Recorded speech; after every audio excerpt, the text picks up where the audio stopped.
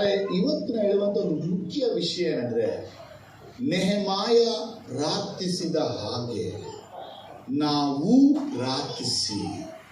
ನೆಹೆಮಾಯ ಅವನು ಯೆರೂಸಲೇಮಿನ ಗೋಡೆ ಕಟ್ಟಿದ ಹಾಗೆ ನಾವು ಮೈಸೂರಿನ ಸುತ್ತ ಪ್ರಾರ್ಥನಾ ಗೋಡೆಯನ್ನು ಕಟ್ಟಿ, ನೆಹೆಮಾಯ ಯೆರೂಸಲೇಮಿನ 12 ಬಾಗಿಲನ್ನು ಕಟ್ಟಿದ ಹಾಗೆ ಈ ಮೈಸೂರಿನ 65 ಪ್ರಾರ್ಥನಾ ಬಾಗಿಲನ್ನು ಕಟ್ಟುವ ಹಾಗೆ, ನೆಹೆಮಾಯ 4 ಬುರುಜುಗಳನ್ನು ಕಟ್ಟಿದ ಹಾಗೆ ನಾವು ಈ ಮೈಸೂರಲ್ಲಿ ಈಸ್ಟ್ ವೆಸ್ಟ್ ನಾರ್ತ್ ಸೌತ್ ಅಲ್ಲಿ 4 ಪ್ರಾರ್ಥನಾ ಗೋಪುರ ಕಟ್ಟುವ ಹಾಗೆ ನಮ್ಮನ್ನು ನಡೆಸಲಿ. ಬಲಗೆ ಎತ್ತಿ ಆಮೇಲೆ ನೆಹೆಮ್ಯನ ಭಾರ. ಇವತ್ತು ಒಂದು ವಿಷಯ ಏನಂತ ಕೇಳಿದ್ರೆ, 1ನೇ ಚಾಪ್ಟರಲ್ಲಿ ನಾವು ವಾಕ್ಯ 2 ಓದುವಾಗ, ನನ್ನ ಸಹೋದರರಲ್ಲಿ ಒಬ್ಬನಾದ ಹನಾನಿಯನು ಬೇರೆ ಕೆಲವು ಜನರು ಯಹೂದದಿಂದ ನನ್ನ ಬಳಿಗೆ ಬಂದರು. ಎಲ್ಲಿಂದ ಬಂದವರು? ಯಹೂದದಿಂದ ಬಂದಿದ್ದಾರೆ. ಯಾರ ಬಳಿಗೆ ಬಂದಿದ್ದಾರೆ? ಯಾರ ಬಳಿ ಬಂದಿದ್ದಾರೆ? ನೆಹೆಮ್ಯನ ಬಳಿ ಬಂದಿದ್ದಾರೆ. ಆಮೇಲೆ ಈಗ ಒಂದು ಪ್ರಶ್ನೆ ಏನಂದ್ರೆ, ಒಂದು ಈ ಅನಾನಿ ಬಂದು ಯೆರೂಸಲೇಮಿನಲ್ಲಿ ಇರುವಂತ ವಿಷಯವನ್ನ ನೆಹೆಮಾಯನಿಗೆ ಹೇಳ್ತಾ ಇದ್ದಾನೆ.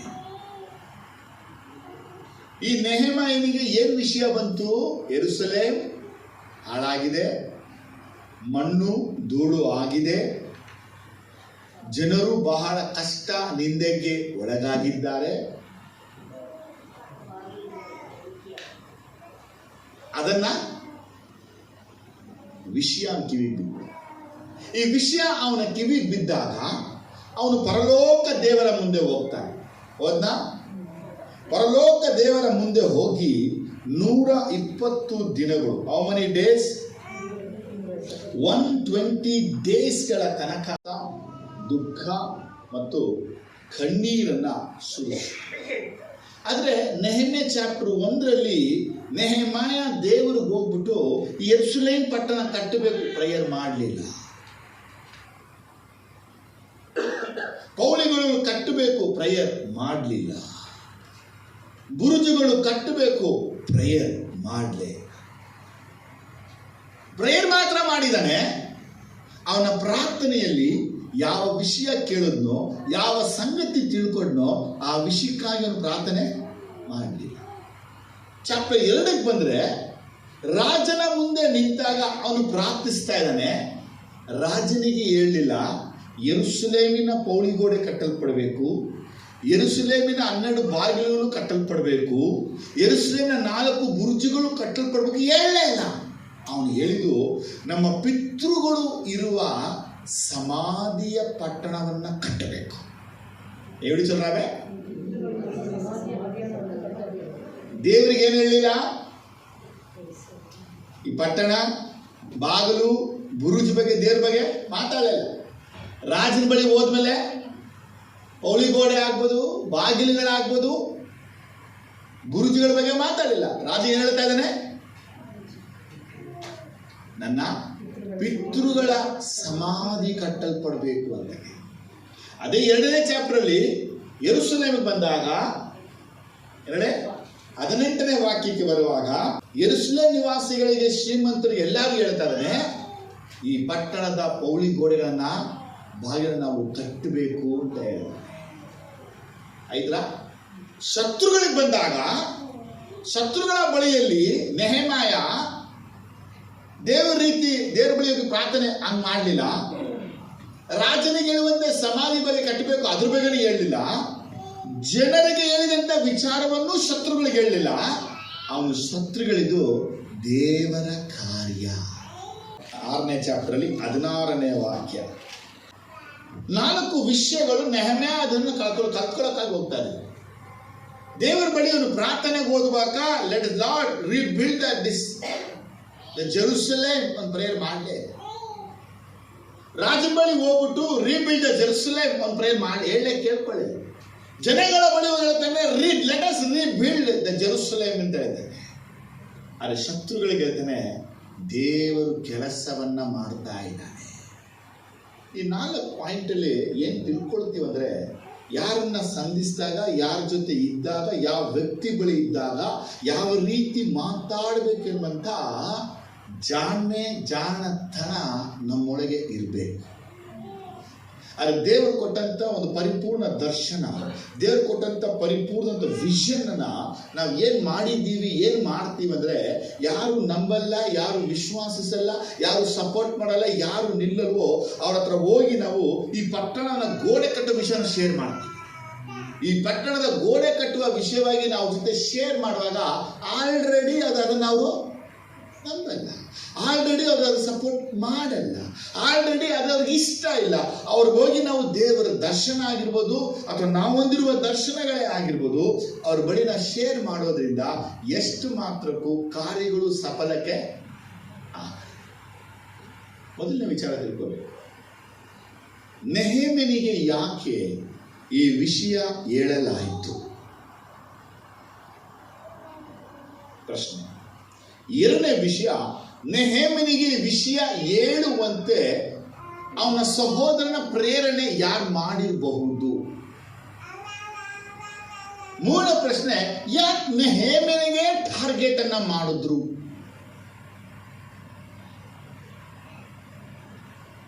ಹೌದಿಲ್ವಾ?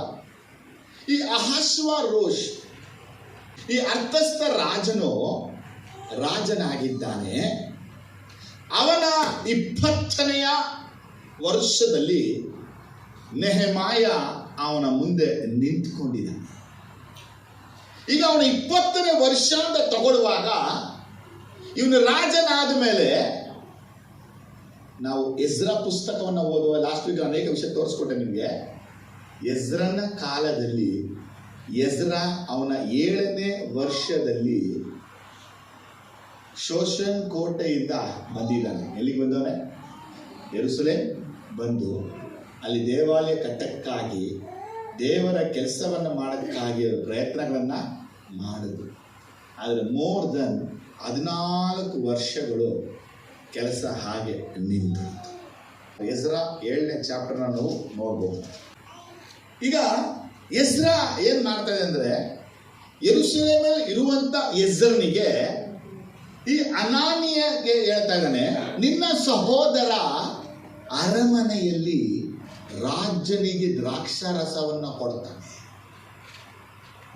ಇವಾಗ ನಮ್ಮನ್ನ ಈಗ ನಾವು ಎಲ್ಲಾ ತರ ಪ್ರಯತ್ನ ಪಟ್ಟಿದ್ದೀವಿ. ಈ ಯೆರೂಸಲೇಮ್ ಎಲ್ಲಾ ತರ ಪ್ರಯತ್ನ ಪಟ್ಟುಬಿಟ್ಟು ಶತ್ರುಗಳು ಬಹಳ ಕೆಲಸವನ್ನ ಮಾಡಿದ್ದಾರೆ. ಹಾಗಾಗಿ ಇವಾಗ ನಾವು ಯಾವ ಕೆಲಸ ಮಾಡಿ ನಮ್ಮಿಂದ ಆಗ್ತಾ ಇಲ್ಲ.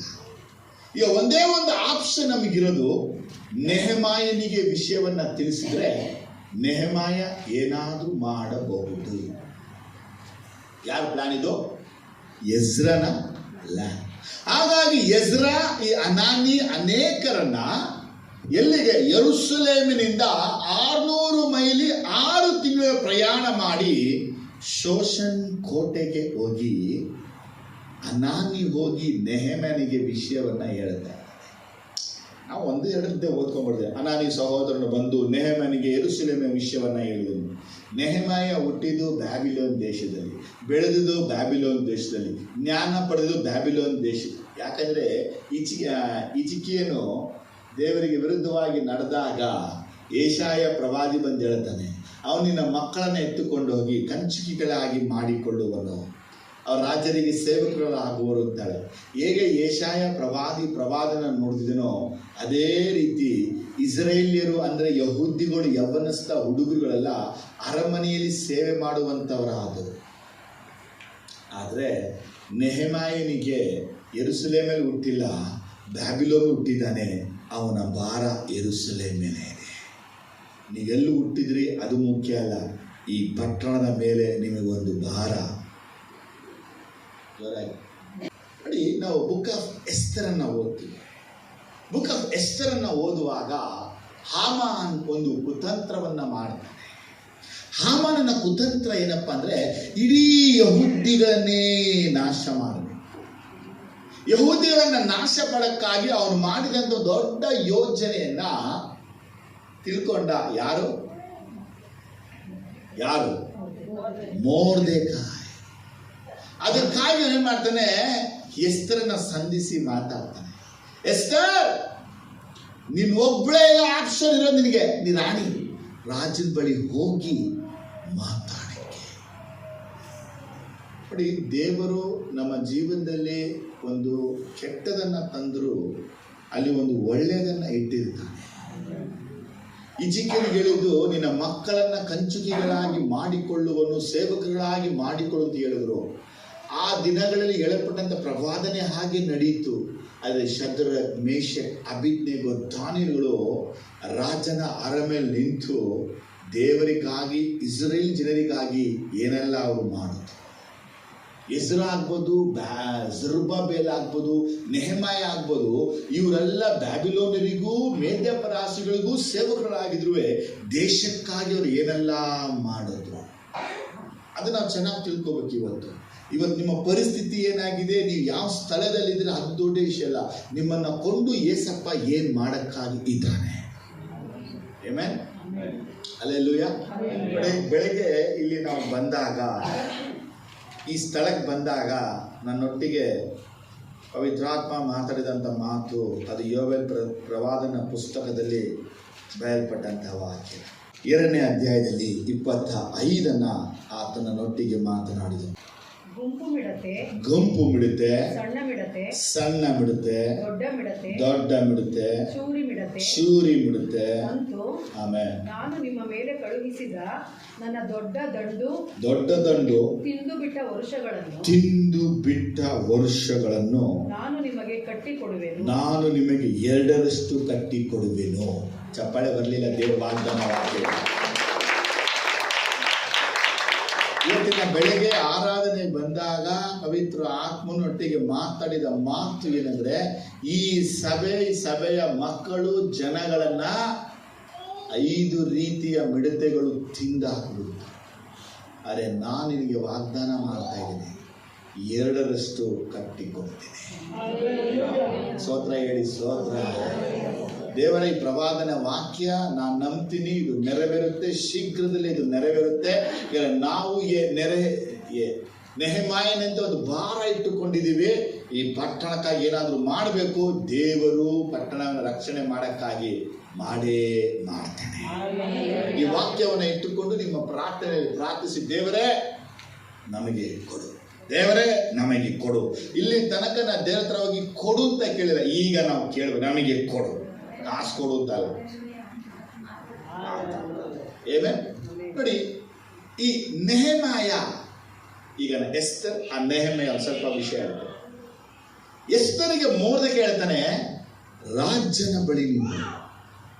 ಅದಕ್ಕೆ ಮೊರ್ದೆಕೈ ಎಸ್ತರ್ ಹೇಳ್ತಾಳೆ, ರಾಜ ಕರೆಯದ ಹೊರತು ಹೋಗಕ್ಕಾಗಲ್ಲ. ರಾಜ ತನ್ನ ರಾಜ್ಯ ದಂಡವನ್ನ ಯಾರಿಗೆ ತಿರುಗಿಸ್ತಾರೋ ಅವ್ರು ಮಾತ್ರ ಮುಂದೆ ಹೋಗ್ಬೇಕು, ಮೀರಿದ್ರೆ ಮರಣ. ಮೊರ್ದೆಕೈ ಹೇಳ್ತಾನೆ, ಹೇ, ನೀನು ರಾಣಿಯಾಗಿ ನೇಮಿಸಲ್ಪಟ್ಟಿದ್ದು ಮೋಸ್ಟ್ಲಿ ನಮ್ಮ ಅಳಿವಿಗಾಗಿನೇ ಅನಿಸುತ್ತೆ. ಆಗ ಎಸ್ತರ್ ಹೇಳ್ತಾನೆ, ಹೋಗು, ಸಹೋದರನೆಲ್ಲ ಕೂಡಿಸು, ಇಲ್ಲಿ ನನ್ನ ಸೇವಕರನ್ನ ಕೂಡಿಸ್ತೀನಿ. ನೋಡಿ, ಅವಳೊಂದು ರಾಣಿ ಆಗಿದ್ರೂ ಪ್ರಾರ್ಥನಾ ಜೀವಿತ ಅವಳದು ಹೇಗಿತ್ತು. ನಾವು ಪೊಸಿಷನ್ಗೆ ಬರ್ತಾ ರಾಂಗ್ಗಳನ್ನ ಕಂಡಿಡೋರು ಆಗ್ಬಿಡ್ತೀವಿ. ನನ್ನ ಮಾತು ಅರ್ಥ ಆಗ್ತಾ ಇಲ್ವಾ? ಹಾಮಾನ್ಗೆ ಅವಳು ಹೇಳ್ತಾಳೆ, ನೀವು ಹೋಗು. 4ನೇ ಅಧ್ಯಾಯದಲ್ಲಿ 15-16 ಎಸ್ತರಲ್ಲಿ ಅವಳು ಹೇಳ್ತಾಳೆ, ನೀವು ಹೋಗು, ಹಗಲು ಇರುಳು ಅನ್ನಪಾನವನ್ನು ಬಿಟ್ಟು ಉಪವಾಸ ಪ್ರಾರ್ಥನೆ, ನಾನು ನನ್ನ ಸೇವಕಿಯರೊಡನೆ ಉಪವಾಸದಿಂದ ಇರುವೆನು. ಈ ಉಪವಾಸ ಪ್ರಾರ್ಥನೆ ಯಾಕಂದ್ರೆ, ತಂದಿರುವಂತ ಡಿಗ್ರಿಯನ್ನ ಲಾಸ್ ಮಾಡಬೇಕು, ನಾಶಪಡಿಸಕ್ಕಾಗಿನೇ ಅವಳು 3 ದಿನ ಹಗಲು ರಾತ್ರಿ ಉಪವಾಸ. ಅವಳೊಂದಿಗೆ ಸೇವಕಿಯರು ಉಪವಾಸ, ಶೋಷನ್ ಕೋಟೆಯಲ್ಲಿ ಮೊರ್ದೆಕೈ ಉಪವಾಸ, ಮೊರ್ದೆಕೈ ಒಂದಿಗೆ ಅನೇಕ ಸಹೋದರರು ಉಪವಾಸ ಮಾಡೋರೆ. 3 ದಿನಗಳಾದ ಮೇಲೆ ದೇವರು ಮಾಡಿದ ಕಾರ್ಯ ಏನಂದರೆ, ಇಸ್ರಾಯೇಲರಿಗೆ ದೇವರು ಜಯವನ್ನು ಕೊಟ್ಟು ಯಾವ ಆಮಾನ್ ಕೊಲ್ಲಕ್ಕಾಗಿದ್ನೋ ಅವನನ್ನೇ ಏನು ಮಾಡ್ಬಿಟ್ರು, ಗಲ್ಲಿಗೇರಿಸಿ ಅವನನ್ನು ಸಾಯಿಸ್ಬಿಟ್ರು. ಇಲ್ಲಿ ಒಂದು ಮುಖ್ಯವಾದ ಕ್ಯಾರೆಕ್ಟರ್ ಏನಪ್ಪ ಅಂದರೆ, ಅವಳನ್ನು ರಾಣಿಯಾಗಿ ಆರಿಸಿಕೊಂಡು ಆ ಸ್ಥಳದಲ್ಲಿ ದೇವರು ಯಾಕೆ ಇಟ್ಟಿದ್ದಂದರೆ, ಜನರಿಗೆ ಈ ಬರುವ ಸಮಸ್ಯೆಯಲ್ಲಿ ಅವಳು ಎಲ್ಲವನ್ನ ಮೀರಿ ರಾಜ್ಯದ ಬಳಿ ಹೋಗಿ ಜೀವ ಕಳ್ಕೊಂಡು ಪರವಾಗಿಲ್ಲ, ತನ್ನ ಜನಗಳನ್ನು ರಕ್ಷಿಸಬೇಕು. ಅರ್ಥ ಆದ್ರಲ್ಲೇ ಕರ್ತನು ನಿನಗೆ ಪದವಿಯನ್ನು ಕೊಡೋದು, ಕೆಲಸವನ್ನು ಕೊಡೋದು, ಹಣವನ್ನು ಕೊಡೋದು, ಯೋಗ್ಯತೆಯನ್ನು ಕೊಡೋದು, ಇನ್ಫ್ಲುಯೆನ್ಸ್ ಅನ್ನು ಕೊಡೋದು, ಪವರ್ ಅನ್ನು ಕೊಡೋದು, ಅಬಿಲಿಟಿಯನ್ನು ಯಾಕೆ ಕೊಡ್ತಾನಂದ್ರೆ, ಕರ್ತನ ಜನಗಳು ಈ ಪಟ್ಟಣವನ್ನ ನೀ ಕಾಪಾಡಕ್ಕಾಗಿ. ಅದೇ ನಾವು ಮಾಡೋ ಕೆಲಸ ಅಂದ್ರೆ ಸ್ವಲ್ಪ ಬೆಳೀತಾ ಬೆಳೀತಾ ಬೆಳೀತಾ ಬೆಳೀತಾ ಬೆಳೀತಾ ಬೆಳೀತಾ ತಪ್ಪುಗಳನ್ನ ಹುಡ್ಕೋರಾಗ್ಬಿಟ್ಟು ಜನರಿಗೆ ಮಾಡಬೇಕಾದ ಸಹಾಯ ಮರೆತು ಬಿಡ್ತಾರೆ. ಯೋಚಿಸಿ, ಎಸ್ತರ್ ಮೊರ್ದೆಕೈಯಲ್ಲಿ, ಎಸ್ತರ್ ಶೋಷನ್ ಕೋಟೆಯಲ್ಲಿ ವಾಸ ಮಾಡುವ ಜನಗಳಲ್ಲಿ ತಪ್ಪನ್ನು ಹುಡುಕೋದಾಗಿತ್ತಲ್ವಾ, ಅವಳು ತಪ್ಪು ಹುಡುಕಲಿಲ್ಲ. ಅವಳು ಹೇಳ್ತಾಳೆ, ಜಪ ನಾನು ಮಾಡ್ತೀನಿ, ನೀವು ಮಾಡಿ, ನಾನು ಉಪವಾಸ ಮಾಡ್ತೀನಿ, ನೀವು ಉಪವಾಸ ಮಾಡಿ ಅಂತ ಹೇಳಿದ್ರು. ಇವತ್ತು ನಮ್ಮ ಸಭೆಯಲ್ಲಿರುವಂಥ ದೈವ ಮಕ್ಕಳಲ್ಲಿ ನಾನು ಹೇಳೋ ವಿಷಯ ಅಂದರೆ, ಬರುವಾಗ ನಾವು ಹೇಗಿರ್ತೀವಿ, ಸಭೆ ಸೇರಿದ ಮೇಲೆ ಹೇಗಿರ್ತೀವಿ, ಬೆಳೀತಾ ಬೆಳೀತಾ ಹಣ, ಕಾಸು, ಸ್ವತ್ತು, ಆಸ್ತಿ, ಅನುಕೂಲ ಎಲ್ಲ ಬಂದ ಮೇಲೆ ಇದೆಲ್ಲ ಸರಿಯಿಲ್ಲ, ಇದೆಲ್ಲ ಸರಿಯಿಲ್ಲ, ಇದೆಲ್ಲ ಸರಿ, ಇದೆಲ್ಲ ಸರಿ. ಇವ್ರು ಯಾರು ಇದೆಲ್ಲ ಹೇಳಕ್ಕೆ? ಹೇಳೋರು ಕೂತವ್ರೆ, ಅವ್ರು ಮಾತಾಡ್ತಾರೆ, ಅವ್ರು ಗೊತ್ತು ಯಾವ್ದು ಸರಿ ಯಾವುದು ತಪ್ಪು. ನಿಮ್ಮನ್ನು ಯಾಕೆ ಇಟ್ಟವ್ರೆ ಅಂದರೆ, ಈ ಸಭೆಯ ಇನ್ನೊಂದು ಲೆವೆಲ್ ಹೋಗೋಕ್ಕೆ ನೀನು ಎತ್ತುವಂಥ ಮನುಷ್ಯನಾಗಬೇಕು. ಆದರೆ ಈ ಲೆವೆಲ್ ಹೋಗೋಕ್ಕೆ ಇಳಿಸುವ ಮನುಷ್ಯನಾಗಬಾರದು. ಅರ್ಥ ಆಗೋದಲ್ಲೇ ಇಲ್ಲ. ಇವತ್ತು ನಿನ್ನನ್ನು ದೇವರು ರಾಣಿಯಾಗಿಟ್ಟವನೇ, ಇವತ್ತು ದೇವರನ್ನ ನೆಹಮನಾಗಿಟ್ಟವನೇ, ನಿನ್ನನ್ನು ಹೆಸರನ್ನಾಗಿಟ್ಟಿದ್ದಾನೆ. ಅದು ಮಾತ್ರ ದೇವರು ನಿನ್ನನ್ನು ಸರ್ವಮೇಲಾಗಿಟ್ಟಿದ್ದಾನೆ ಅಂದರೆ, ಈ ಪಟ್ಟಣ ಜನ ಸಭೆಗಾಗಿ ನಿನ್ನ ಕೊಡುಗೆ ಏನು? ಉಳಿದವಕ್ಕೆ ಹೆಸರನ್ನ ಪ್ಲಾನ್ ಏನಂದ್ರೆ, ಅವತ್ತು ಯಾವ ರೀತಿ ರಾಣಿ ಅರಸನ ಬಳಿ ಹೋಗಿ ಅಪ್ಪಣೆಯನ್ನ ಎಷ್ಟು ಟ್ರಿಕ್ಸ್ ಆಗಿ ಅಪ್ಪಣೆಯನ್ನ ಪಡೆದು ಹಾಮಾನಿಗೆ ಗೆಲ್ಲಿಗೇರಿಸ್ಬಿಟ್ಲೋ, ಈಗ ಸೇಮ್ ಪ್ಲಾನ್ ಎಜ್ರಾ ಮಾಡ್ತಾ ಇದ್ದಾನೆ. ಆ ಪ್ಲಾನ್ ಏನಪ್ಪ ಅಂದ್ರೆ, ಈಗ ನೆಹಮ್ಯನ ಸಂಧಿಸು. ಯಾಕಂದ್ರೆ ನೆಹಮ್ಯನಿಗೆ ಎಷ್ಟು ಪವರ್ ಇದೆ ಅಂತ ಕೇಳಿದ್ರೆ, ರಾಜನ ಬಳಿ ಅವನೊಬ್ಬ ಮಾತ್ರ ಹೋಗೋದು. ದೇಶದಲ್ಲಿ ಯಾರೇ ಇರ್ಬೋದು, ಅವನು ಯಾವನುವೆ ನೆಹಮ್ಯನ ದಾಟಿ ರಾಜನ ಬಳಿ ಬರಕ್ಕಾಗಲ್ಲ. ನೆಹಮ್ಯ ರಾಜನ ಬಳಿ ಹೋಗಕ್ಕೆ ರಾಜನ ಅಪ್ಪಣೆನೂ ಕೇಳಂಗಿಲ್ಲ. ಅವನು ಆಲ್ವೇಸ್ ರಾಜನ ಮುಂದೆ ನಿಂತಿರ್ತಾನೆ. ರಾಣಿಗೆ ಇಲ್ಲದಂತ ಬೆಲೆ, ಜನರಿಗೆ ಇಲ್ಲದಂತ ಬೆಲೆ, ಅಧಿಕಾರ ಇಲ್ಲದಂತ ಬೆಲೆ ಯಾವ ಮನುಷ್ಯನಿಗಿದೆ? ನೆಹಮ್ಯನಿಗಿದೆ. ಇವಾಗ ನಮಗೂ ಕೆಲವೊಂದು ಪೊಸಿಷನ್ ದೇವ್ರಿಗೆ ಯಾಕೆ ಕೊಡ್ತಾನೆ ಅಂದ್ರೆ, ಈ ಸಭೆ ಇನ್ನೊಂದು ಲೆವೆಲ್ ಹೋಗಕ್ಕೆ. ನಿಮ್ಗೆ ಅಧಿಕಾರನ ಯಾಕೆ ಕೊಡ್ತಾನೆ? ಈ ಸಭೆ ಇನ್ನೊಂದು ಲೆವೆಲ್ ಹೋಗಕ್ಕೆ. ನಿಮಗೆ ಪೊಲಿಟಿಷಿಯನ್ ಫ್ರೆಂಡ್ಸ್ಗಳನ್ನ ಯಾಕೆ ಕೊಡ್ತಾನೆ? ಇನ್ನೊಂದು ಲೆವೆಲ್ ಹೋಗಕ್ಕೆ. ನಿಮ್ಗೆ ಇನ್ಫ್ಲುಯೆನ್ಸ್ ಅನ್ನ ಯಾಕೆ ಕೊಡ್ತಾನೆ ಅಂದ್ರೆ, ಈ ಇನ್ನೊಂದು ಲೆವೆಲ್ ಸಭೆ ಹೋಗಕ್ಕಾಗಿ ನಿಮ್ಗೆ ಸಪೋರ್ಟರ್ಗಳಾಗಿರ್ತಾನೆ. ಆದರೆ ನಾವು ಮಾಡೋ ಕೆಲಸ ಅಂದರೆ, ನೆಹಮ್ಯನಂತೆ ಸಭೆಗಾಗಿ ಹೆಗಲನ್ನು ಕೊಡದೆ, ಎಸ್ತರಳಂತೆ ಸಭೆಗೆ ಹೆಗಲನ್ನು ಕೊಡದೆ, ಶತ್ರುಗಳು ಸನ್ಬಲೆ, ತೋಬಿಯಾಸ್, ಗೇಷಮ್, ಶೆಮಾಯ, ನೋವೇದ್ಯ ಅನ್ನುವಂಥ 5 ಜನರಂತೆ ವಿರೋಧಿಗಳಾಗಿ ನಾವು ನಿಂತಿರ್ತೀವಿ. ಯಾವುದು ದೇವರು ಮಾಡುವ ಕಾರ್ಯಕ್ಕೂ ದೇವರ ಕೆಲಸಕ್ಕೂ ಶತ್ರುಗಳಾಗಿ ನಿಂತಿರ್ತೀವಿ. ಒಂದು ವೇಳೆ ದೇವರ ಕೆಲಸಕ್ಕೆ ನೀನೇ ಶತ್ರುವಾಗಿದ್ರೆ ನಿನ್ನ ಕೊಂಡು ದೇವರ ಕಾರ್ಯ ಮಾಡೋಕ್ಕಾಗಲ್ಲ. ಸೊ ಪ್ಲಾನ್ ನೋಡಿ, ಎಸ್ತರನ್ನ ಕೊಂಡು ಯಾವ ರೀತಿ ಮೊರ್ದೆಕೈ ಕೆಲಸವನ್ನ ಮಾಡಿದ್ನೋ, ಈಗ ಅದೇ ರೀತಿ ಎಸ್ರಾ ನೆಹಮ್ಯನ ಕೊಂಡು ಕೆಲಸವನ್ನ ಮಾಡ್ತಾ ಇದ್ದಾನೆ. ಹನಾನಿ ಹೋಗಿ ಹೇಳ್ತಾ ಇದ್ದಾನೆ, ಯೆರೂಸಲೇಮಿನ ಪರಿಸ್ಥಿತಿ ಹಿಂಗಿದೆ, ಯೆರೂಸಲೇಮಿನ ಗೋಡೆ ಹಿಂಗಿದೆ, ಯೆರೂಸಲೇಮಿನ ಬಾಗಿಲು ಹಿಂಗಿದೆ. ಜನಕ್ಕೆ ಅರ್ಥ ಆಗ್ತದೆ. ಈಗ ಏನ್ ಮಾಡ್ತಾನೆ ನೆಹಮ್ಯ? ಕೇಳಿದ ತಕ್ಷಣವೇ ದೇವರ ಸನ್ನಿಧಿಗೆ ಹೋಗಿ ಪ್ರಾರ್ಥಿಸ್ತಾನೆ. ಅವನ ಪ್ರಾರ್ಥನೆಯಲ್ಲಿ ಅವನು ಉಪಯೋಗಿಸಿದ ಪದ ದ ಗಾಡ್ ಆಫ್ ಹೆವೆನ್. ನೀವು ಮನೆಗೆ ಬಂದಾಗ ಇದನ್ನು ಬಿಡಿಸಿ ಹೇಳ್ಕೊಟ್ಟೆ. What is the mean of the God of heaven? ಪರಲೋಕದ ದೇವರನ್ನೇ ಯಾಕೆ? ಸೇನೆಗಳ ಕರ್ತನೇ, ಸೇನಾಧೀಶ್ವರನೇ ಅಂತ ನೆಹಮ್ಯ ಕರಲಿಲ್ಲ. ಯಾಕೆ ಕರಲಿಲ್ಲ? ಸೆರೆಗೆ ಹೋಗೋಕ್ಕಿಂತ ಮುಂಚೆ ಇಸ್ರಾಯೇಲ್ಯರು ಸೇನೆಗಳ ಕರ್ತನು, ಸೇನಾಧೀಶರು, ಯೆಹೋವನು ಇಂಥ ನಾಮವೆಲ್ಲ ಪ್ರಯೋಗ ಮಾಡಿದ್ರು. ಸೆರೆಗೆ ಹೋದ್ಮೇಲೆ ಅವರ ಬಾಯಿಂದ ಹೊರಟಂತ ನಾಮ ಒಂದೇ, ದ ಗಾಡ್ ಆಫ್ ಹೆವೆನ್. ದಾನಿಯೇಲಲ್ಲಿ ದ ಗಾಡ್ ಆಫ್ ಹೆವೆನ್ ಬಯಲ್ಪಟ್ಟಿದೆ, ಎಜ್ರದಲ್ಲಿ ದ ಗಾಡ್ ಆಫ್ ಹೆವೆನ್ ಬಯಲ್ಪಟ್ಟಿದೆ, ನೆಹೆಮ್ಯದಲ್ಲಿ ದ ಗಾಡ್ ಆಫ್ ಹೆವೆನ್ ಬರೆಯಲ್ಪಟ್ಟಿದೆ. ಈ 3 ಪುಸ್ತಕ ನಮ್ಗೆ ಏನು ಸರ್ಟಿಫಿಕೇಟ್ ಕೊಡುತ್ತಂದ್ರೆ, ಅವ್ರು ಚೆನ್ನಾಗಿ ತಿಳ್ಕೊಂಡ್ರು, ಆ ಫಾದರ್ ಇನ್ ಹೆವೆನ್ ಯೇಸು ಹೇಳಿದ ಮಾತು. ಎಷ್ಟು ಜನಕ್ಕೆ ಅರ್ಥ ಆಗಿದೆ? ಪರಲೋಕದಲ್ಲಿ ವಾಸ ಮಾಡುವ ನಮ್ಮ ತಂದೆಯೇ ಅಂತ ಯಾವ ಯೇಸು ಹೇಳಿಕೊಟ್ರೋ, ಅವರು ತಂದೆಯೇ ಅಂತ ಕರೆಯದೆ ದೇವರು ಎಂಬುದಾಗಿ ಅವರು ಕರೆದು ಅವ್ರಿಗೆ ಒಂದು ವಿಷಯ ಚೆನ್ನಾಗಿ ಗೊತ್ತಾಯಿತು. ದ ಗಾಡ್ ಆಫ್ ಹೆವೆನ್ ಅಂದರೆ ಪರಲೋಕ, ಭೂಲೋಕ, ಪಾತಾಳವನ್ನು ಆಳುವ ಅಧಿಕಾರ ಉಳ್ಳವನು. ದ ಗಾಡ್ ಆಫ್ ಹೆವೆನ್ ಅಂದರೆ ಅಂಧಕಾರ, ದುರಾತ್ಮ ಸೇನೆಗಳ ಮೇಲೆ ಅಧಿಕಾರ ಉಳ್ಳವನು. ದ ಗಾಡ್ ಆಫ್ ಹೆವೆನ್ ಅಂದರೆ ಎಲ್ಲ ರಹಸ್ಯಗಳನ್ನು ಒಳಪಡಿಸುವನು. ದ ಗಾಡ್ ಆಫ್ ಹೆವೆನ್ ಅಂದರೆ ಗರ್ವಿಷ್ಠರನ್ನ ತಗ್ಗಿಸುವನು. ದ ಗಾಡ್ ಆಫ್ ಹೆವೆನ್ ಅಂದರೆ ಕೈಕಾಲು ನಡಗಿಸಿ ಜೀವವುಳ್ಳ ದೇವರು ತಾನು ಯಾರು ಅಂತ ನಿರೂಪಿಸುವನು. ದ ಗಾಡ್ ಆಫ್ ಹೆವೆನ್ ಯಾರಂದ್ರೆ ಎಂತ ಶತ್ರುಗಳು ಬಂದರೂ ಜಯವನ್ನ ಕೊಡುವ ದೇವರು. ನೆಹೆಮಾಯ ಅರಸನ ಮುಂದೆ ನಿಂತು ಈಗ ಪ್ರಾರ್ಥಿಸ್ತಾ ಇದ್ದಾನೆ. ವಾಕ್ಯ ತುಂಬ ಚೆನ್ನಾಗಿದೆ. 2 ವಾಕ್ಯ 4 ಇರುತ್ತೆ. ಅರಸನು, ಅರ್ಥಸ್ಥ ರಾಜನು, ಅವನು ಅಪ್ಪಣೆ ಕೊಟ್ಟು 20 ವರ್ಷಗಳಾಗಿದೆ, ಯೆರೂಸಲೇಮ್ ಕಟ್ಟಲ್ಪಟ್ಟಿಲ್ಲ. ಈಗ ಎಜ್ರ ಪ್ಲಾನ್ ಯಾರನ್ನ ಮಾಡೋನೆ? ನೆಹೆಮನ ಮುಖಾಂತರ ಪ್ಲಾನ್ ಮಾಡಿದ್ದಾನೆ. ಈಗ ನೆಹೆಮ ಎಲ್ಲಿಗೆ ಬಂದಿದ್ದಾನೆ? ಅರಸನ ಬಳಿ. ಅವನು ದುಃಖದಲ್ಲಿದ್ದಾನೆ. ಯೋಚಿಸುವಂಥ ವಿಷಯ, ರಾಜರ ಮುಂದೆ ಯಾವತ್ತು ದುಃಖದಲ್ಲಿ ಇರಬಾರ್ದು. ದುಃಖ ಯಾರು ಪಡಬಾರ್ದು, ದುಃಖ ಮುಖ ಯಾರು ಇಡಬಾರ್ದು. ಅದಕ್ಕಾಗಿ ನೋಡಿ, ನಮ್ಮ ಪಟ್ಟಣಕ್ಕೆ ಸೆಂಟ್ರಲಿಂದ ಯಾರಾದರೂ ಮಿನಿಸ್ಟರ್ ಬರ್ತಾನೆ ಅಂದರೆ ಎಲ್ಲ ಕೈಯೇಂದಿ ಬಾಣಗಳೆಲ್ಲ ತೆಗೆಸ್ಬಿಡ್ತಾನೆ.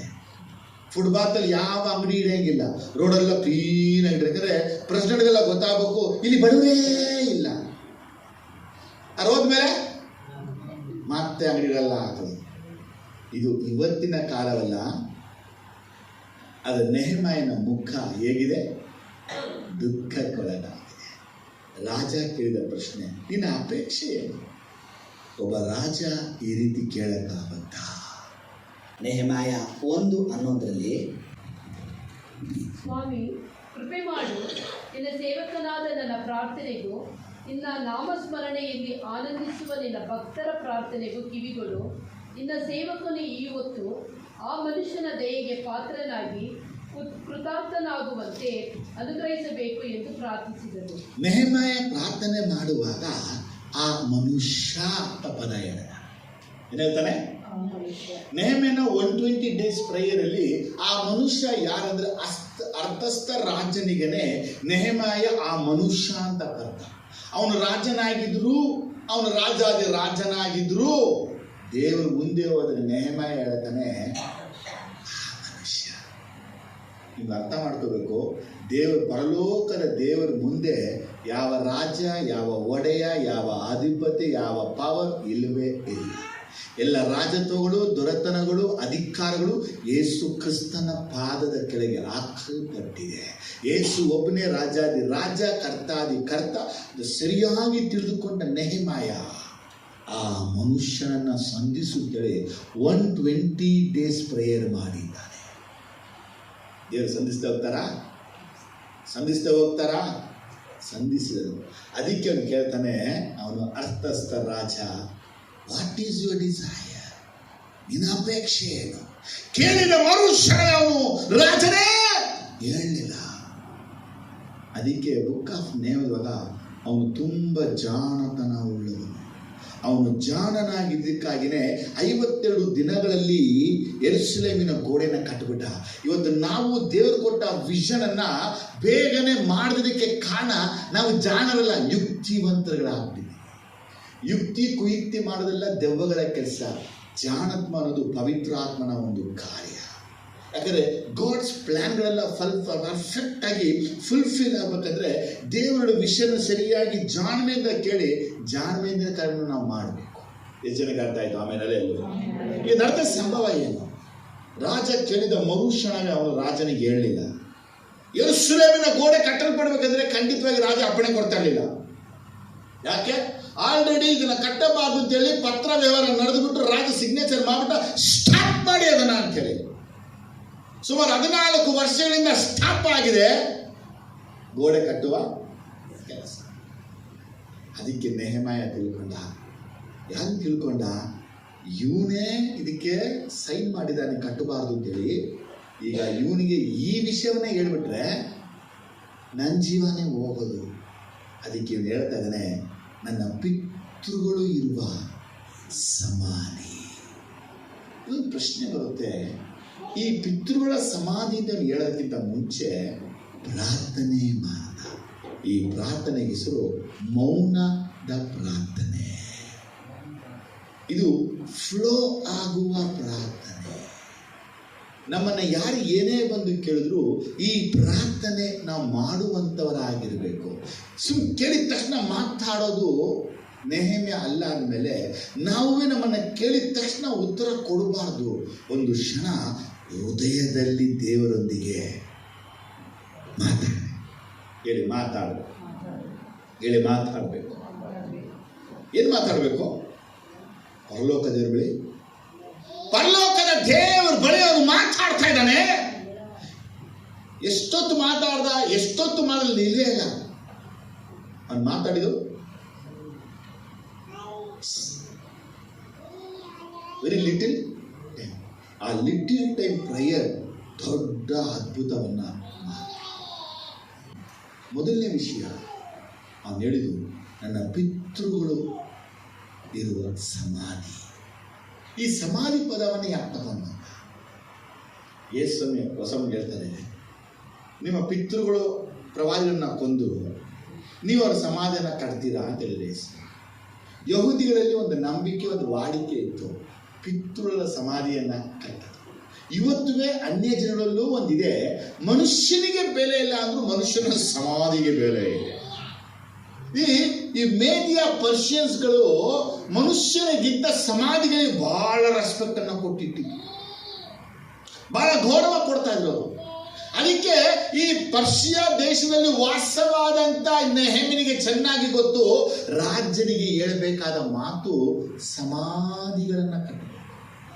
ಅದಕ್ಕೆ ರಾಜ ಸಮಾಧಿ ವಿಷಯಗಳಲ್ಲಿ ಅವನಿಗೆ ಭಯಭಕ್ತಿ ಇದ್ದಕ್ಕಾಗಿ, ಸಮಾಧಿಗಳ ವಿಷಯದಲ್ಲಿ ಅವನಿಗೆ ಗೌರವ ಇದ್ದಕ್ಕಾಗಿ ನೆಹೆಮೀಯನಿಗೆ ಅಪ್ಪಣೆಯನ್ನೇ ತಗೋ, ನೀ ಏನ್ ಬೇಕು ತಗೋ, ಏನಾದರೂ ಮಾಡು, ನಾನು ನಿನಗೆ ಅಧಿಕಾರವನ್ನು ಕೊಡ್ತೀನಿ. ನೆಹೆಮಾಯನ ಬಗ್ಗೆ ನೀವು ಓದಿದ್ರೆ ಸಮಾಧಿ ಕಟ್ಟುತ್ತೆ. ಹೇಳಿ ಒಂದು ಮಾತು, ಸಮಾಧಿ ಕಟ್ಟಲೇ ಇಲ್ಲ. ಅವನು ಹೇಳಿದ್ದು, ನನ್ನ ಪಿತೃಗಳು ಇರುವ ಸಮಾಧಿಯ ಪಟ್ಟಣವನ್ನು ಕಟ್ಟಬೇಕು ಅಂತ. ಆ ರಾಜನಿಗೆ ಪಟ್ಟಣ ಪದ ಕೇಳಿಸಿಲ್ಲ, ಅವನಿಗೆ ಏನು ಕೇಳಿಸ್ತೋ? ಸಮಾಧಿ ಕಟ್ಟಬೇಕು. ಅವನು ಸಮಾಧಿಯನ್ನ ಗೌರವಿಸ್ತಾ ಇದ್ದಾನೆ. ಆದರೆ ಅವನಿಗೆ ಕೇಳಬೇಕಾದ ವಿಷಯವನ್ನ ಹೇಗೆ ಹೇಳಬೇಕು ಅಂತೇಳಿ ಪರಲೋಕದ ದೇವರನ್ನ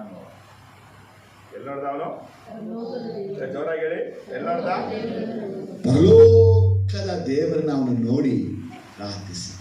ಇವತ್ತು ನಾವುವೇ ದೇವರ ಸನ್ನಿಧಿಗೆ ಬಂದಾಗ ಪರಲೋಕದ ದೇವರ ಬಳಿ ಪ್ರಾರ್ಥಿಸಬೇಕು.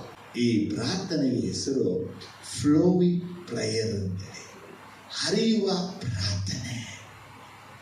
ಈ ಹರಿಯುವ ಪ್ರಾರ್ಥನೆ ಅಂದರೆ ಹೇಗಪ್ಪ ಅಂದರೆ, ಈ ಶರೀರದಿಂದ ಒಂದು ಸತ್ವ ಹರಿದು ಹೇಗೆ ದೇಹದಿಂದ ಹೊರಗಡೆ ಬರುತ್ತೋ, ಅದು ಹೇಗೆ ಮನುಷ್ಯನಿಗೆ ಒಂದು ಸುಖವನ್ನು ಕೊಡುತ್ತೋ, ಒಬ್ಬ ಮನುಷ್ಯನ ಪ್ರಾರ್ಥನೆ ಅದಕ್ಕಿಂತಲೂ ಬಲವಾಗಿರಬೇಕು.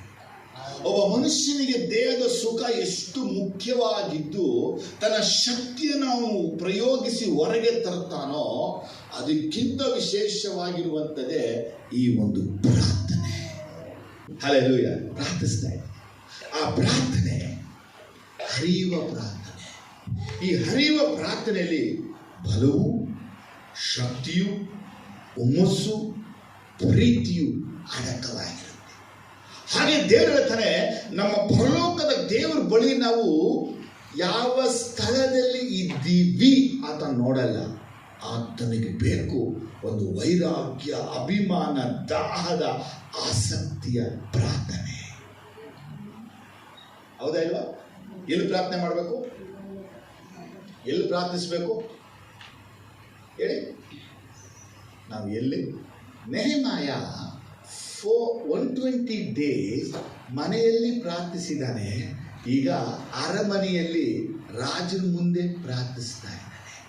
ನಾವೇ ಈ ಪ್ರಾರ್ಥನೆ ಬ್ಯಾಂಕ್ಗೆ ಹೋದಾಗ ಮಾಡಿದ್ದೀವಿ, ಕ್ಯೂವಲ್ಲಿ ನಿಂತಾಗ ಮಾಡಿದ್ದೀವಿ, ಎಲೆಕ್ಷನ್ ನಿಂತಾಗ ಮಾಡಿದ್ದೀವಿ, ರೇಷನ್ ತಗೊಳಕ್ ಹೋದಾಗ ಮಾಡಿದ್ದೀವಿ, ದೊಡ್ಡ ಕ್ಯೂ ನೋಡಿದಾಗ ಮನಸ್ಸಲ್ಲಿ ಪ್ರಾರ್ಥನೆ. ಎಸಪ್ಪ, ಎಷ್ಟು ಜನ ಮಾಡಿಲ್ಲ ಹೇಳೋದ? ಕೈಯಲ್ಲಿ ಎತ್ತಿದಲ್ಲ ಇಲ್ಲ. ಈ ಪ್ರಾರ್ಥನೆ ಎಲ್ಲಿ ಉಪಯೋಗಿಸ್ಬೇಕಾಗಿತ್ತು? ಈ ಪ್ರಾರ್ಥನೆ ಎಲ್ಲಿ ಉಪಯೋಗಿಸ್ಬಿಟ್ಟು? ನಮ್ಮ ಸ್ವಾರ್ಥಗಳಿಗಾಗಿ ನಾವು ಉಪಯೋಗಿಸ್ಬಿಟ್ಟು. ಬ್ಯಾಂಕಿಗೆ ಯಾವಾಗೆಲ್ಲ ಹೋಗ್ತೀವೋ ದೊಡ್ಡ ಕ್ಯೂ ಇರುತ್ತೆ. ಆಗ ಎಸಪ್ಪ ಒಂದು ಅದ್ಭುತ ಹೇಗಾದ್ರೂ ಮಾಡಪ್ಪ ಎಸಪ್ಪ ಅಂತ ಪ್ರೇಯರ್ ಮಾಡ್ತೀವಿ. ದೇವರು ಪ್ರಾರ್ಥನೆನ ಕೇಳಿಬಿಟ್ಟು ಮುಂದೆ ಇರುತ್ತೆ 5 ಜನ ತಮಕ್ಕಿಂದ ಹೊಂಟೋಗ್ತಾರೆ. ತಾಕ್ತಿದ್ದ ನಾವು ಮುಂದೆ ಹೋಗ್ತೀವಿ. ನಾವು ಹೋಗಿದ್ರೆ ನಾವು ಬರ್ತಾನೆ, ತಗೊಳ್ಳಿ ದುಡ್ಡು ಕೊಟ್ಟು ತಗೊಂಡಿಗೆ ಬರ್ತೀವಿ. ಈಗ ಬರೋ ಅವ್ನು ನೋಡ್ತಾ ಇಷ್ಟೊತ್ತು ನಿಂತ್ಕೊಂಡಿದ್ದಲ್ಲ ಅಂತೇಳಿ. ಆಗಿದೆ ಅಲ್ವಾ? ನೀವು ರೇಷನ್ಗೆ ಹೋಗಿರ್ಬೋದು, ಇಲ್ಲ ಬಟ್ಟೆ ಹೋಗಿರ್ಬೋದು, ಎಲ್ಲೇ ಹೋಗಿರ್ಬೋದು, ನೀವು ಆ ಸ್ಥಳದಲ್ಲಿ ಮಾಡಲ್ಲ. ಆ ಪ್ರಾರ್ಥನೆ ಬಹು ವಿಶೇಷವಾಗಿ, ಬಹು ಬಲವುಳ್ಳದಾಗಿ, ಬಹು ಸಾಮರ್ಥ್ಯವುಳ್ಳದಾಗಿ ಆ ಪ್ರಾರ್ಥನೆಯಲ್ಲಿ ನಿಮ್ಮ ಹುಮ್ಮಸ್ಸು, ನಿಮ್ಮ ಧೈರ್ಯ, ನಿಮ್ಮ ಪ್ರೀತಿ, ನಿಮ್ಮ ಸಹನೆ ಎಲ್ಲ ತುಂಬಿತ್ತು. ಅದಕ್ಕೆ ಆ ಪ್ರಾರ್ಥನೆಗೆ ಉತ್ತರ. ಸೇಮ್ ಥಿಂಗ್ ನೆಹೆಮೀಯನಿಗೆ ರಾಜ ಕೇಳಿದ್ದು, ವಾಟ್ ಈಸ್ ಯುವರ್ ಡಿಸೈರ್ ಅಂದಾಗ ಅವನು ಪರಲೋಕದ ದೇವರಿಗೆ ತನ್ನ ಹೃದಯದಲ್ಲಿ ಪ್ರಾರ್ಥಿಸ್ತಾ ಇದ್ದಾನೆ. ಏನ ಜಪಿಸಿದ?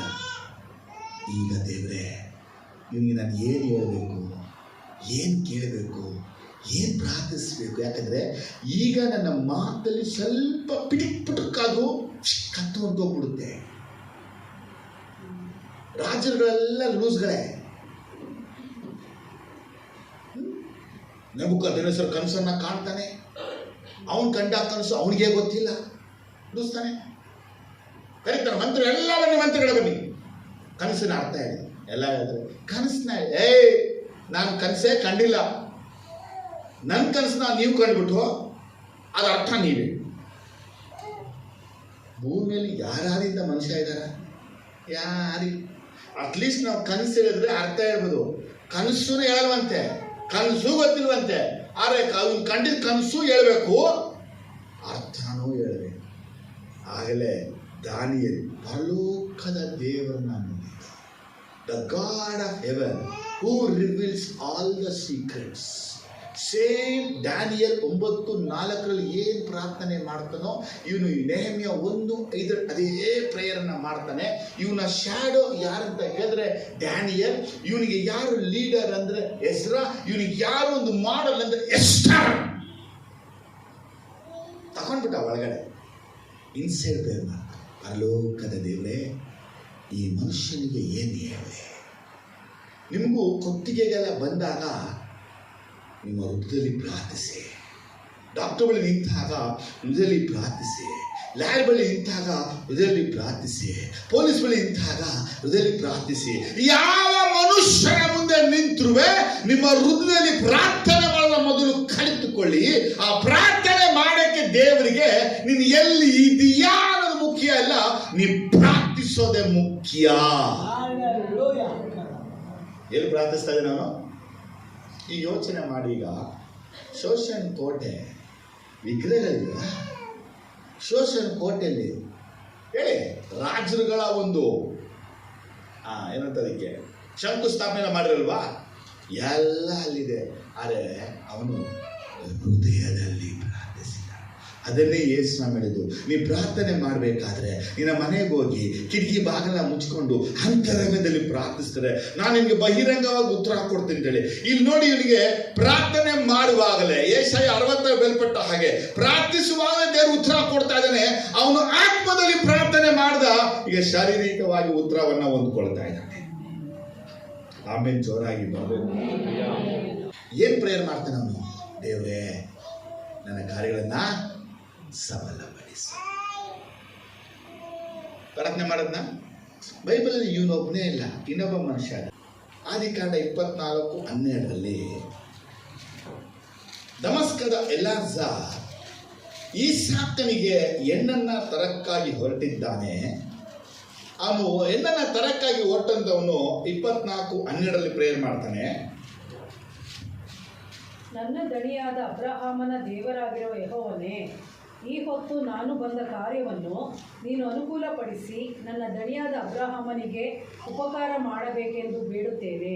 ಆಮೇಲೆ ಇವನು ಎಲ್ಲಿದ್ದಾನೆ? 10ನೇ ವಾಕ್ಯ ಹೇಳುತ್ತೆ, ತರುವಾಯ ಆ ಸೇವಕನು ತನ್ನ ದಣಿಯ ಒಂಟೆಗಳಲ್ಲಿ 10 ಒಂಟೆಗಳನ್ನು ಸಿದ್ಧ ಮಾಡಿ ದಣಿಯ ಆಸ್ತಿಯಿಂದ ಶ್ರೇಷ್ಠವಾದ ಒಡವೆಗಳನ್ನು ತನ್ನ ವಶಕ್ಕೆ ತೆಗೆದುಕೊಂಡು ಹೊರಟು 2 ನದಿಗಳ ಮಧ್ಯದಲ್ಲಿರುವ ಅರಾಮ್ ಸೀಮೆಗೆ ಬಂದು ನಾಹೋರನ್ನು ವಾಸಿಸಿದ ಊರನ್ನು ಮುಟ್ಟಿದನು. 27ನೇ ವಾಕ್ಯ,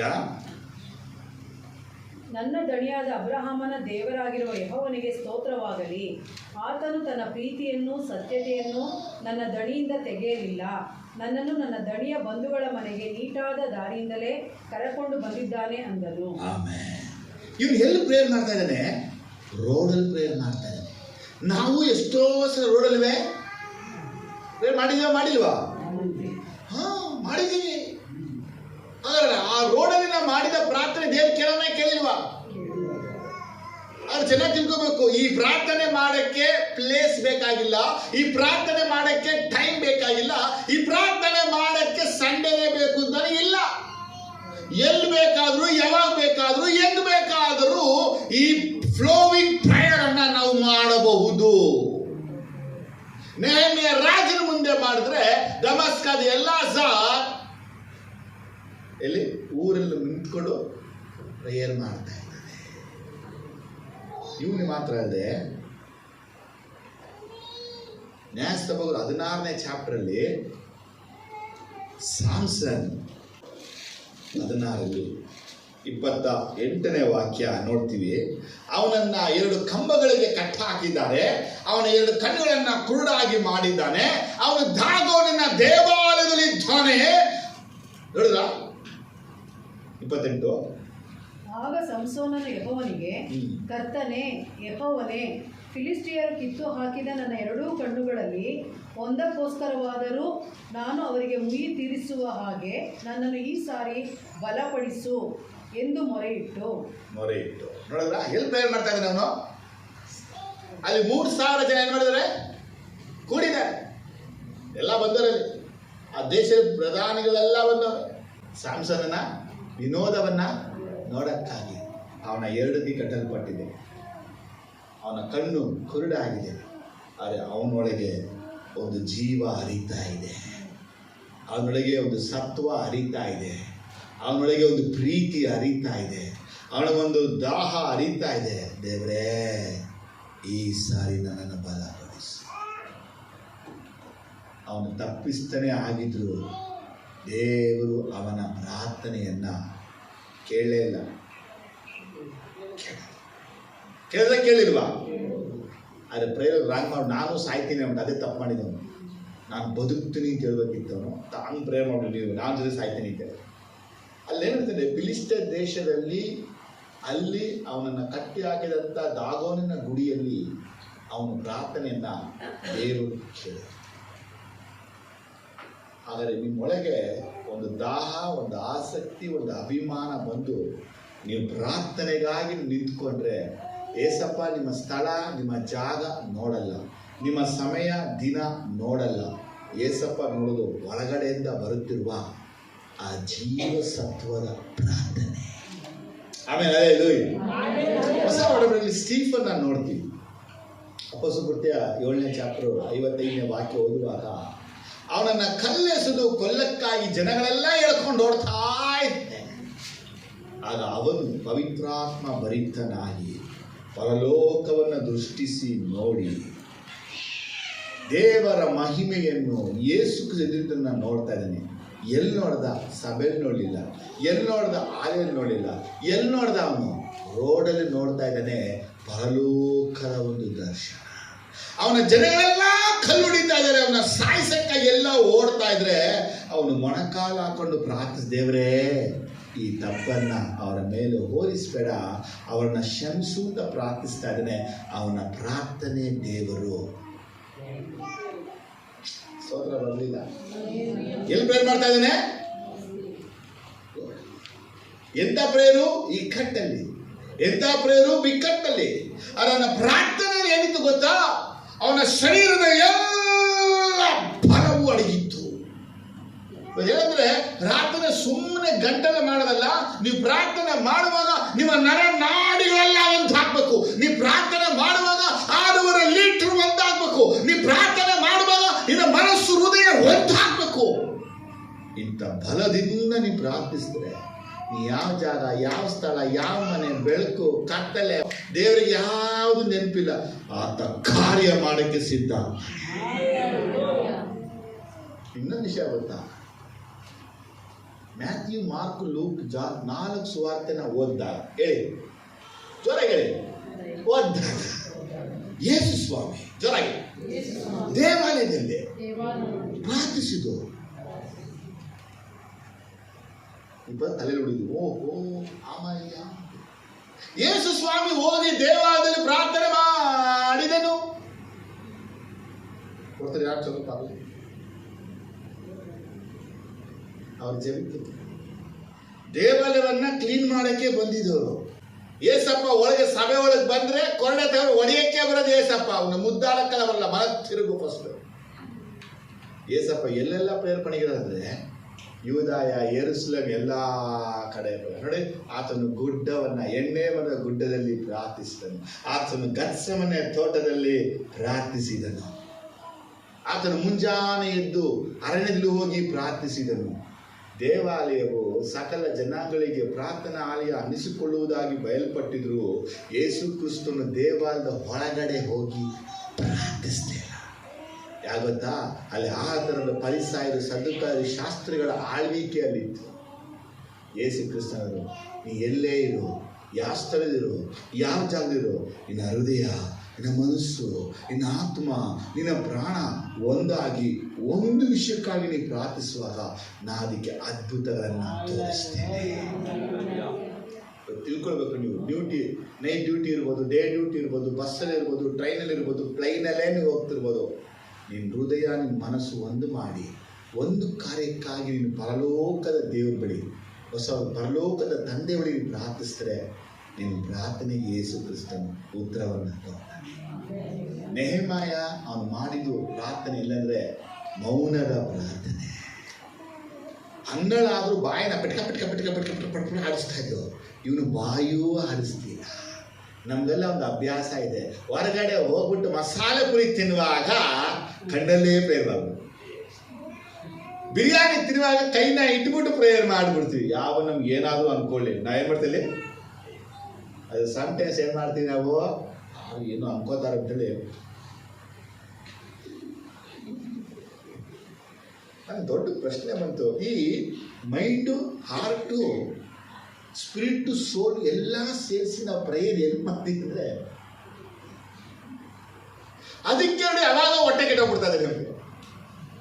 ಆದರೆ ಇವತ್ತು ಈ ಪ್ರಾರ್ಥನೆ ಮಾಡಬೇಕಂದ್ರೆ ದೇವರು ಈ ಪಟ್ಟಣವನ್ನು ರಕ್ಷಿಸಬೇಕು, ಜನರನ್ನು ರಕ್ಷಿಸಕ್ಕಾಗಿ ಇವತ್ತಿನಿಂದ ನಾವು ಎಲ್ಲೆಲ್ಲ ಓಡ್ತಿರೋ, ನೀವು ಬಸ್ಸಲ್ಲಿ ಹೋಗ, ಟ್ರೈನಲ್ಲಿ ಹೋಗ, ಪ್ಲೇನಲ್ಲಿ ಹೋಗ, ಸ್ಕೂಟರಲ್ಲಿ ಹೋಗ, ನಿನ್ನ ಕಣ್ಣಲ್ಲಿ ಯಾರೆಲ್ಲ ಕಾಣ್ತಿರೋ ನಿಮ್ಮ ಒಳಗಡೆಯಿಂದ ಇವನ್ನ ರಕ್ಷಿಸು.